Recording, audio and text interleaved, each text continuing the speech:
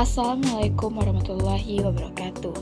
Baik, berjumpa lagi bersama saya Kamaria dalam mata kuliah pembelajaran TIK, yaitu Hubungan Sosial, dosen pengampu Cecilia Melinda, MPD. Hakikat hubungan sosial. Hubungan sosial adalah proses di mana orang-orang yang menjalin kontak dan komunikasi saling mempengaruhi dalam pikiran dan tindakan. Yang kedua yaitu, menurut Suarjono Suekanto, hubungan sosial merupakan hubungan timbal balik antara organisasi-organisasi hidup yang sama spesiesnya. Syarat-syarat terjadinya hubungan sosial. 1. Kontak sosial.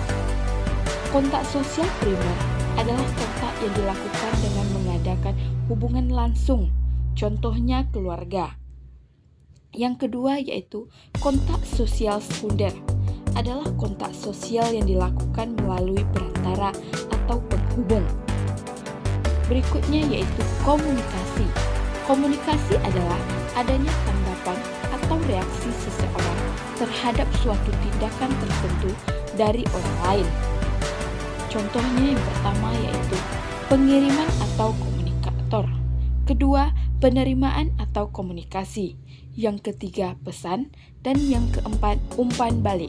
Berikut adalah contoh-contoh dari syarat-syarat terjadinya hubungan sosial, kontak sosial, dan komunikasi. Ciri-ciri hubungan sosial. Yang pertama yaitu gotong royong. Gotong royong yang dilakukan sejumlah masyarakat, yaitu membuat jalan. Yang kedua yaitu menghargai pendapat. Seseorang yang menghargai pendapat adalah saling menerima pendapat dari temannya atau dari lawan bicaranya. Yang ketiga yaitu musyawarah atau mufakat.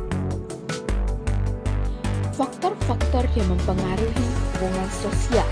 Yang pertama, faktor-faktor pendorong terjadinya hubungan sosial. 1. Kondisi geografis yang mendukung. 2. Adanya keinginan untuk mempertahankan diri. Yang ketiga, adanya keinginan untuk berjuang. Yang keempat, keinginan untuk memenuhi kebutuhan hidup. 5. Adanya keinginan untuk hidup bersama. 6. Tolong-menolong dan simpati. Dari faktor pendorong terjadinya hubungan sosial ini dapat dijumpai yaitu contohnya adalah tolong-menolong, yaitu tolong-menolong masyarakat dalam mendirikan sebuah rumah yang roboh akibat terjadinya gempa bumi. Yang kedua yaitu faktor-faktor penghambat terjadinya hubungan sosial. Yang pertama, adanya perbedaan paham. Yang kedua, kemajuan teknologi. Yang ketiga, adanya perbedaan pendapat yang tidak dapat diselesaikan. Dan yang keempat, keadaan alam atau kondisi geografis yang kurang mendukung. Dapat kita lihat contohnya dari gambar sebelah, yaitu kemajuan teknologi. Akibat kemajuan teknologi, maka terjadilah penghambat hubungan sosial. Yang selanjutnya yaitu bentuk-bentuk hubungan sosial.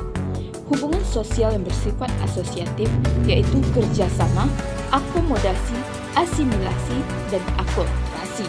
Dapat kita lihat contoh asimilasi adalah yaitu pembersihan parit-parit, dan kerjasama adalah ketika kita melakukan acara tarik tambang, per tim itu akan melakukan kerjasama.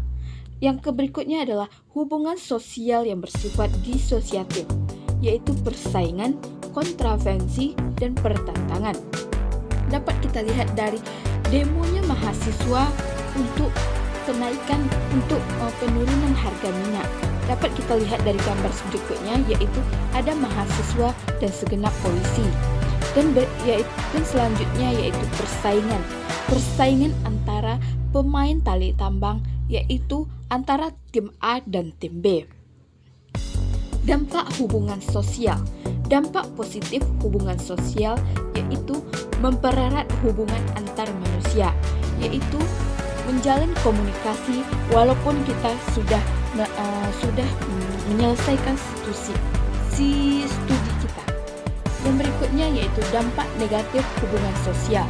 Adanya konflik antar kelas atau sering kita bilang yaitu demo atau dapat kita lihat dari gambar dampak negatif hubungan sosial, yaitu tawuran antar pelajar. Dampak positif hubungan sosial. Yang pertama, mengembangkan sikap tenggang rasa, solidaritas, dan saling menghormati. Yang kedua, mengembangkan sikap toleransi antar agama masyarakat. Yang ketiga, menambahkan wawasan dan pengetahuan umum.